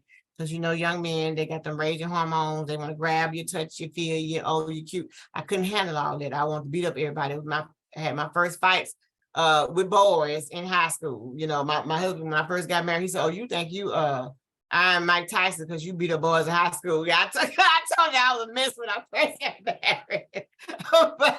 but that was my attitude, right? And so yeah, just reach out, and I'm here. Even though I'm in Texas, I go everywhere. You have to send for me, but I'll go everywhere and speak and be available.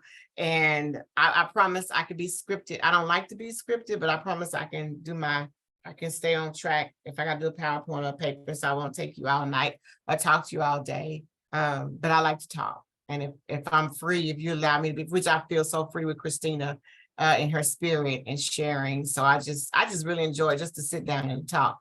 Because a lot of times you don't get to just talk, and it's like, Lavinia, these are questions we're gonna ask you, and they want you to go by it. I'm like, oh, okay. And I don't have fun sometimes with those. I like to be just be me, so you can experience the real me and know who I am, so it won't be no surprises later on. And I appreciate But yeah, but that's just how you can reach out and find me. And I do the Instagram, the Facebook, of course. Yeah, TikTok. They say we old because we're on Facebook. I'm like, okay, whatever. I love Facebook. Yeah, maybe I don't have no MySpace no more. But I do TikTok. And I do encouragement on TikTok, and I also do my grandma shenanigans. And my grandma shenanigans is basically my comedic side of me. That I just, something as a child, when you get old, it's like your mind be like, wait a minute. It's like I done got my mama and my grandma, everybody up in me now. And sometimes it just trips me out, and I didn't realize it come out that way, that I'm just a little funny. So I do it all in love and fun. And so that's just me in a nutshell. That's Lavinia. Yes. I just love how God changed how can I say it? It was a divine appointment for you to meet Mr. Ricky Lee. I know. Yeah. I know. And I think that's another story for another day. Yes. We can talk to the people, about that probably for another couple of hours. I know. And, Yeah. just like looking over your life, and you said you met him at about age 17, Mm-hmm. and he let you know that you could trust him, Yeah. you could be safe with him. Yeah. You know, and it reminds me so much of my husband. So I just thought that was beautiful, that Yeah. covenant that God brought Yes. together. Yes. And that's what it is. Yes. Oh, and I felt you feel like you never had that, or nobody even tried to present that to you. Even the knuckleheads before, it's like it's like they weren't even wise enough to say, even if they was trying to do something, they weren't wise enough to figure it out because it wasn't meant to be. Right. It wasn't meant to be. So I'm thankful for that. And it's exactly what I needed. And it was like, wow, and I felt safe. I still feel safe now, even though we may run each other crazy, but I feel I'm like, that's my ride or die. Yes, yes. Yeah, that's my ride or die. Mhm. So, but yeah, that's Fuss, the beauty of it. fuss each other out, but then just Yep. bringing Yep. that back, bringing it back home, Bring it back. Yep. not My going to my bed strength. angry. Yes, Mm-mm. and Mm-hmm. that's so Mm-hmm. beautiful. That's so Mm-hmm. beautiful. Yeah. Man, and let's see. But then you said something about too how you married in your trauma, Yes. but then he encouraged you, your husband encouraged you to return Yes. back to your first love. And like Yes. now Yeah. we're here Yeah. over what, 30 years later, Yeah. and you're Yeah. impacting so many lives. And Yes. Yes. one of the things that stuck out to me too, the post that I seen yesterday, and I wanted to read this because someone had posted something about it as well. His name is I think his name is George Williams, but I think he goes by 13th Disciple. And he gave John chapter 10, verses 11 through 13, that just says, I'm the good shepherd.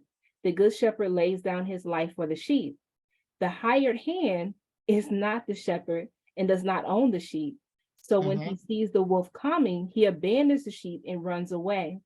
Then the wolf attacks the flock and scatters it. The Mm-hmm. man runs away because he is hired hand and cares nothing for the sheep. So I thought of you, when you posted what you posted, and yes, it does get hard when you're doing ministry. And then the finances aren't there, but somehow the Lord, he still provides. But you're Yes. doing it from a place of a pure heart, pure motives, Yes. and God will continue to multiply Yes. everything that you touch. Yes. And I'm Yes. just grateful that you're on here tonight. And also Philippians 1:6, that he who began a good work in you will complete it. Yes, ma'am. I Which is believe that. a beautiful thing for us, for all of us who are running Yes. this race, and then stepping out and sharing our testimonies, sharing our stories, so that Yes. others can see again the redemptive power of Christ. Yes. Yes, So ma'am. just as we come to a close, if you could say maybe 3 things to that 13-year-old girl. My husband, he helped me with these questions. Most of the stuff you already had answered. And I'm like, no, I Yeah. don't answer. But one of the things he did say, if you could talk to that 13-year-old girl, what would you say? Oh, wow. I would tell her that I am proud of her. Because in the beginning, I had no idea that she would ever arrive to this space. So I'm very proud of her for standing on her faith, standing with resilience, and standing just knowing that it was going to get better for her. So I'm very proud of her. I would tell her also that I love her. I love her. I love her to life. I love her. And I appreciate her standing right there and staying and believing in something bigger and greater than her. That took a lot, even though she was in so much pain and so much trauma, to even just think that everything she was taught and that she began to believe herself and study and pray herself that it would all work out for her good. And I would tell her, girl, you bad. You bad, you bad, you bad 13-year-old. I didn't know you had it in you, girl, but you bad, you bad. Because I just didn't know. I did not know.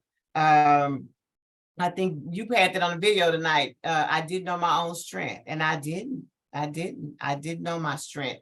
But once you realize where your help comes from the Lord who made, heaven and earth. And that's where all your strength should lie, and he is the strength, and so once you realize that, it's amazing. It's an amazing thing to see. So I love her. I'm proud of her, and she's a bad girl. She's a bad girl. And it's just amazing to know that, and I say bad, and I'm bad for me born again daughters. I love that. She's a bad girl because she knew Christ at an early age, and she believed in that, and in that, her anointing, she never lost sight of that, of the anointing that she felt she had on her life. And so, yeah, she's a bad girl. She's a bad girl. She was a bad girl. And I actually call them bad chicks, which is bad born again daughters, chicks, CHIC, collectively healing in Christ is what that. And I said, I'm gonna do a bad chick conference one day. Y'all be stealing my stuff. Everybody listen to me. I'll be like, put this on replay. I said it first, but that's one of the conferences I want to start. The Bad Chick Conference. Born again daughters collectively healing in Christ is who we are. And so it's just to see that that makes me peak out proud to see it. And it was a long time coming. It was a long time coming, because I got faint many days, but I could have just gave up and say, to heck with it. I'm not gonna do it, Lord. I'm done.